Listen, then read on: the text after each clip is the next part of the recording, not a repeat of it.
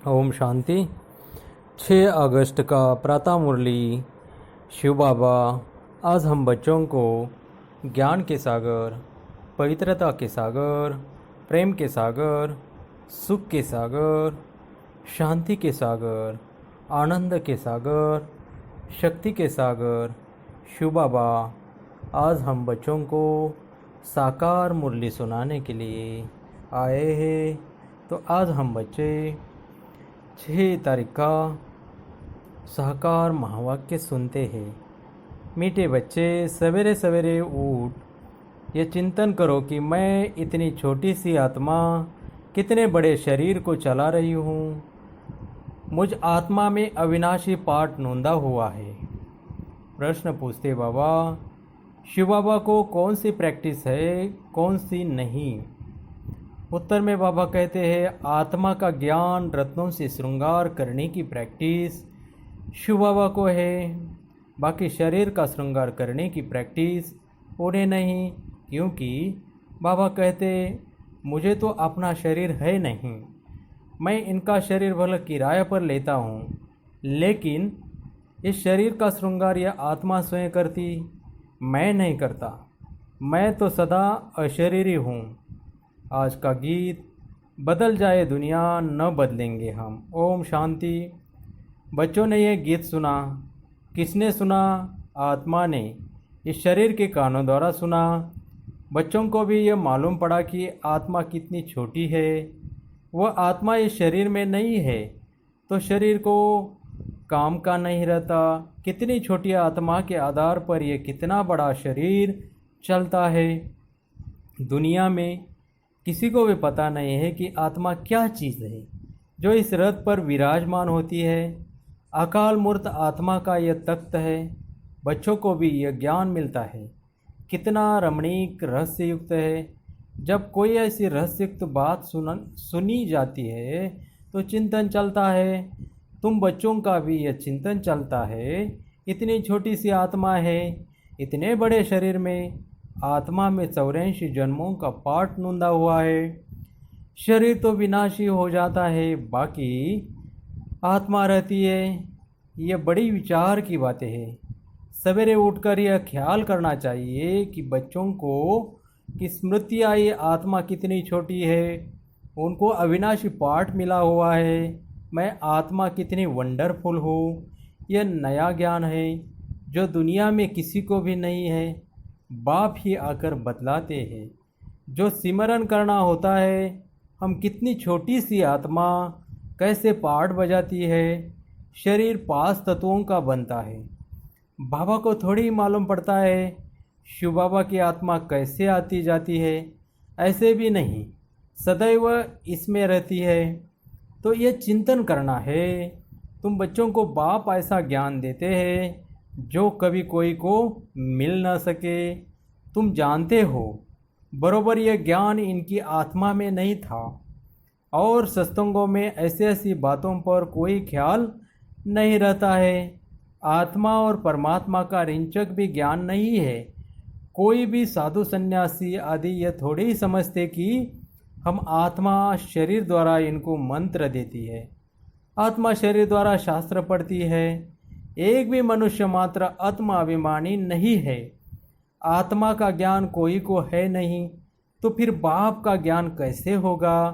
तुम बच्चे जानते हो, हम आत्माओं को बाप कहते हैं। मीठे बच्चों, तुम कितना समझदार बन रहे हो। ऐसा कोई मनुष्य नहीं जो समझे कि इस शरीर में जो आत्मा है उनको परमपिता परमात्मा बैठ पढ़ाते हैं।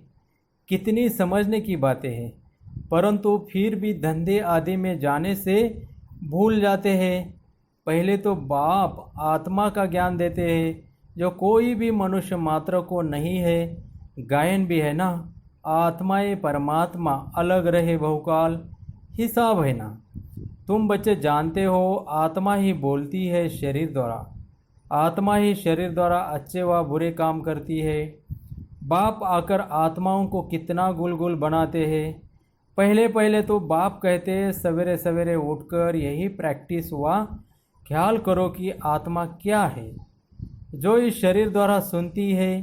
आत्मा का बाप परमपिता परमात्मा है, जिसको पतित पावन ज्ञान का सागर कहते हैं। फिर कोई मनुष्य को सुख का सागर, शांति का सागर कैसे कह सकते? क्या लक्ष्मी नारायण को कहेंगे सदैव पवित्रता का सागर? नहीं, एक बाप ही सदैव पवित्रता का सागर है। मनुष्य तो सिर्फ भक्ति मार्ग के शास्त्रों का बैठ वर्णन करते हैं, प्रैक्टिकल अनुभव नहीं है। ऐसे नहीं समझेंगे हम आत्मा इस शरीर से बाप की महिमा करते हैं। वह हमारा बहुत मीठा बाबा है, वही सुख देने वाला है। बाप कहते हैं, हे आत्माएं, अब मेरी मत पर चलो। यह अविनाशी आत्मा को अविनाशी बाप द्वारा अविनाशी मत मिलती है। वह विनाशी शरीरधारियों को विनाशी शरीरधारियों की ही मत मिलती है। सतयुग में तो तुम यहाँ की प्रारब्ध पाते हो, वहाँ कभी उल्टी मत मिलती नहीं। अभी की श्रीमत ही अविनाशी बन जाती है, जो आधा कल्प चलती है। यह नया ज्ञान है। कितनी बुद्धि चाहिए इसको ग्रहण करने की, और एक्ट में आना चाहिए। जिन्होंने शुरू से बहुत भक्ति की होगी वही अच्छी रीति धारण कर सकेंगे, ये समझाना चाहिए। अगर हमारी बुद्धि में ठीक रीति धारणा नहीं होती है तो ज़रूर शुरू से हमने भक्ति नहीं की है। बाप कहते कुछ भी नहीं समझते हो तो बाप से पूछो, क्योंकि बाप है अविनाशी सर्जन। उनको सुप्रीम सोल भी कहा जाता है। आत्मा पवित्र बनती है तो उनकी महिमा होती है। आत्मा की ही महिमा है तो शरीर की भी महिमा होती है। आत्मा तमो प्रधान है तो शरीर की भी महिमा नहीं।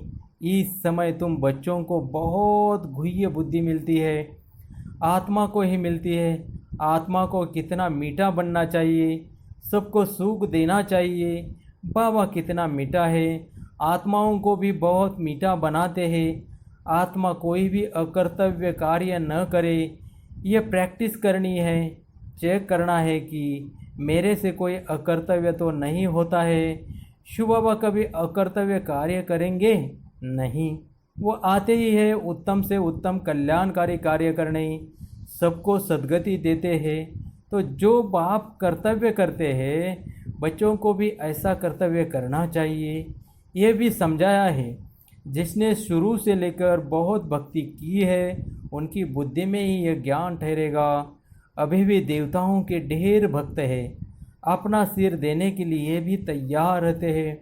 बहुत भक्ति करने वाले के पिछाड़ी कम भक्ति करने वाले लटकते रहते हैं, उनकी महिमा गाते हैं। उनका तो स्थूल में सब देखने में आता है। यहाँ तुम हो गुप्त, तुम्हारी बुद्धि में सृष्टि के आदि मध्य अंत का सारा ज्ञान है।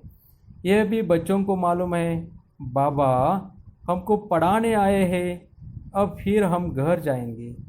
जहाँ सब आत्माएं आती है वह हमारा घर है। वहाँ शरीर ही नहीं तो आवाज़ कैसे हो? आत्मा के बिना शरीर जड़ बन जाता है। मनुष्यों का शरीर में कितना मोह रहता है। आत्मा शरीर से निकल गई तो बाकी 5 तत्व उन पर भी कितना लव रहता है।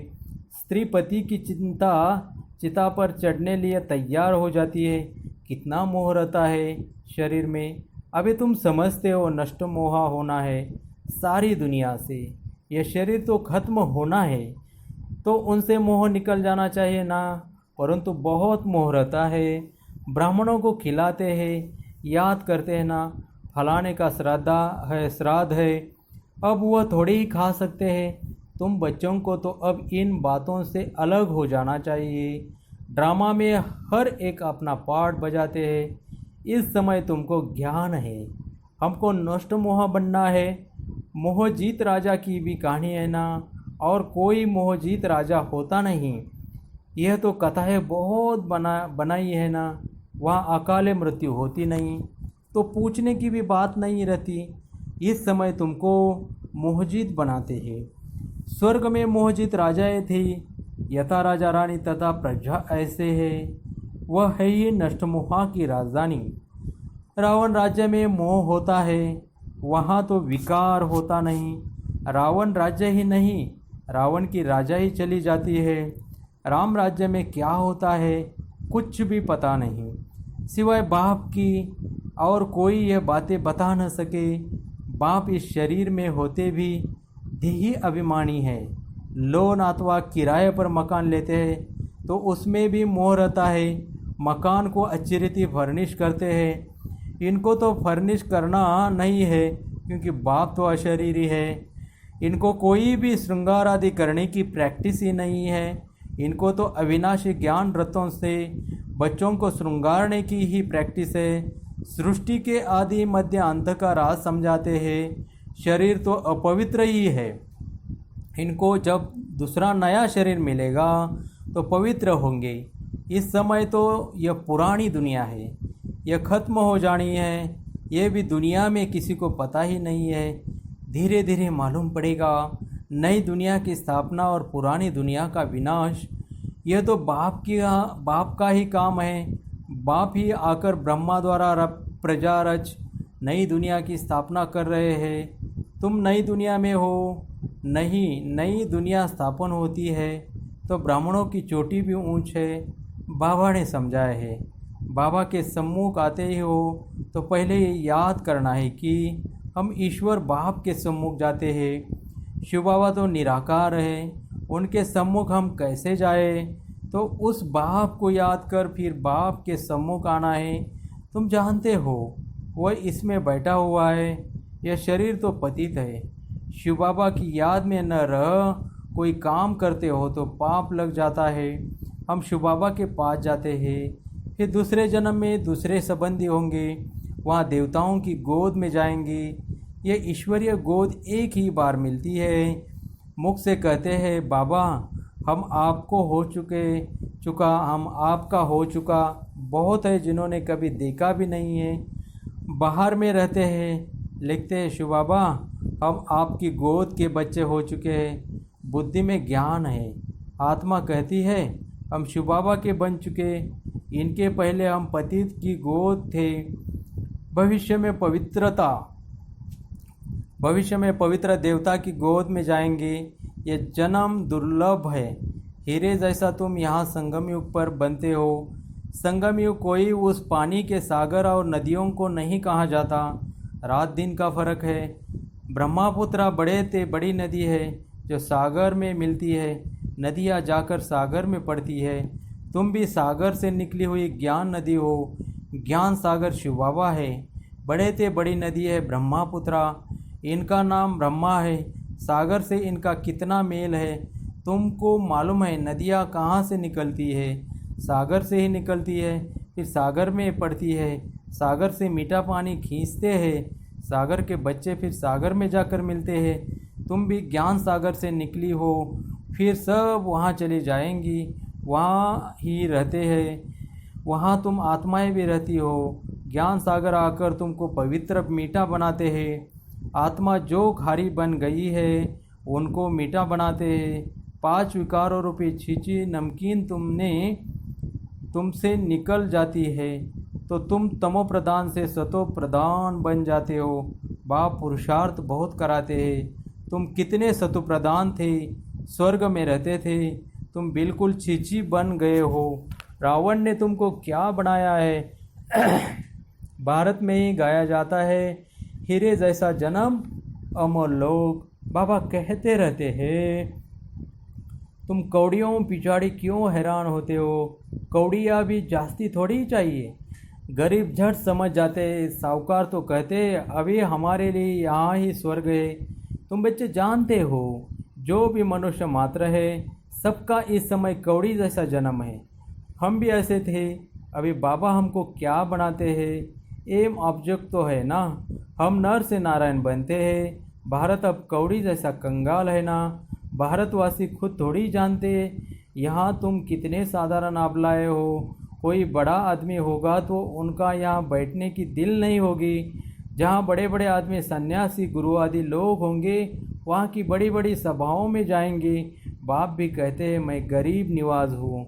कहते हैं भगवान गरीबों की रक्षा करते हैं। अभी तुम जानते हो हम कितने साहूकार थे, अभी फिर बनते हैं। बाबा लिखते भी है तुम पद्मा पदमपति बनते हो। वहाँ पर मारा मारी नहीं होती है। यहाँ तो देखो पैसे के पीछे कितनी मारा मारी है, रिश्वत कितनी मिलती है। पैसे तो मनुष्य को चाहिए ना। तुम बच्चे जानते हो बाबा हमारा खजाना भरपूर कर देते हैं। आधा कल्प के लिए जितना चाहिए उतना धन लो, परंतु पुरुषार्थ पूरा करो, गफलत नहीं करो। कहाँ जाता है ना फॉलो फादर, फादर को फॉलो करो तो ये जाकर बनेंगे। नर से नारायण, नारी से लक्ष्मी, बड़ा भारी इम्तिहान है। इसमें जरा भी गफलत नहीं करनी चाहिए। बाप श्रीमत देते हैं तो फिर उस पर चलना है, कायदे कानून का उल्लंघन नहीं करना है। श्रीमत से ही तुम श्री बनते हो। मंजिल बहुत बड़ी है।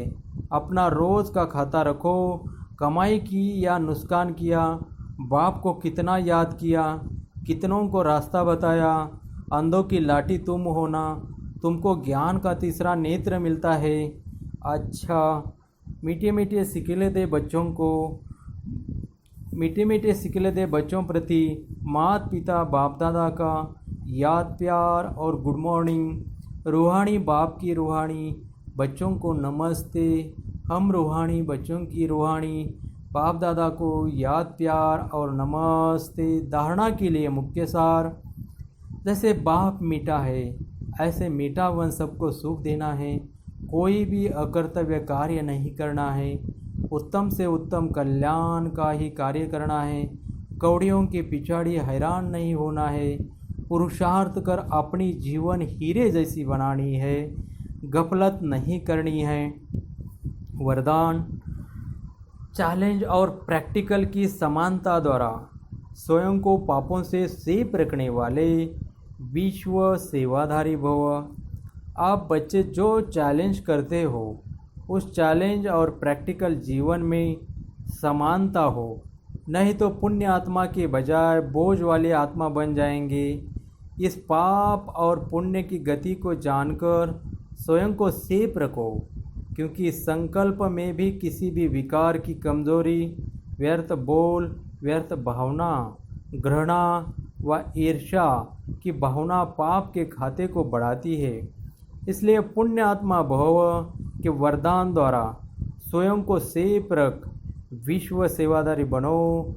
संगठित रूप में एक मत एक रस स्थिति का अनुभव कराओ। स्लोगन में बाबा कहते हैं, पवित्रता की क्षमा, पवित्रता की क्षमा चारों ओर फैलाओ तो बाप को सहज देख सकेंगे। पवित्रता की क्षमा चारों ओर फैलाओ तो बाप को सहज देख सकेंगे। ओम शांति। आज देखो हमारे प्यारे बाबा ने हम बच्चों के लिए कितने अच्छे प्यारे प्यारे महावाक्य सुनाए। तो ऐसे प्यारे बाबा का हम बच्चे दिल से शुक्रिया करेंगे।